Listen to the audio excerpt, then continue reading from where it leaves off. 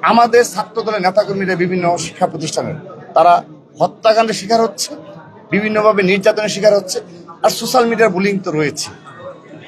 ভাই, আপনার 5 আগস্ট পরবর্তীতে আমরা দেখছি যে প্রায় টাইমই ছাত্রদলের নেতাদের উপরে আক্রমণ করা হচ্ছে, আপনারা বলছেন কেন আসলে টার্গেট করা হচ্ছে আর কারা টার্গেট করছে আপনার কাছে কি মনে হচ্ছে? আমরা দেখেন পারভেজ সাম্য হত্যার পেছনে আমরা বেশ কিছু আন্দোলন করেছি, বেশ কিছুদিন রাজপথে কর্মসূচি পালন করেছি, এবং সাম্য পারভেজের সহকর্মী যারা ছিল এবং সহকর্মী এবং আপামর সাধারণ শিক্ষার্থীরা যারা ছিল সবাই কিন্তু সেই আন্দোলনে স্বতঃস্ফূর্ত অংশগ্রহণ করেছে।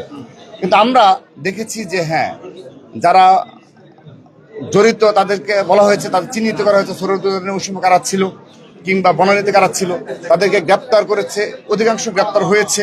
আমাদেরকে এভাবেই ব্যাখ্যা দেওয়া হয়েছে।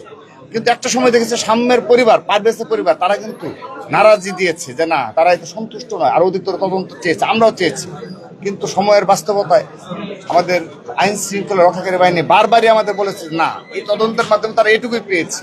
আজকের হত্যাকাণ্ডের পর আমি আবারও আহ্বান জানাবো, এই ছাত্রদলের এই সকল নেতাকর্মীদের হত্যাকাণ্ডের পেছনে আরো বৃহত্তর উদ্দেশ্য রয়েছে কিনা এই বিষয়গুলো এনশিওর করার জন্য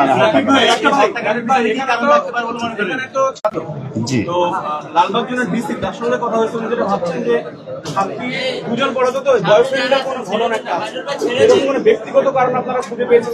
আমরাও বিভিন্ন বিষয় সন্দেহ করছি, কিন্তু একটি বিষয় আমরা মোটামুটি আমরা নেতাকর্মী, আমরা যারা জগন্নাথ বিশ্ব ছাত্রদল এবং আমরা ছাত্রদলের নেতাকর্মী এবং সাধারণ শিক্ষার্থী যারা রয়েছে, তাদের ভাষ্য অনুযায়ী এটি হয়তোবা সেই ঘটনা হতে পারে, ব্যক্তিগত হতে পারে, কিন্তু যারা ঘাতক এবং এর পেছনে যারা রয়েছে তাদের অবশ্যই কোনো রাজনীতির সম্পৃক্ত থাকতে পারে, তা না হলে তাদের এত সাহস হওয়ার কথা না।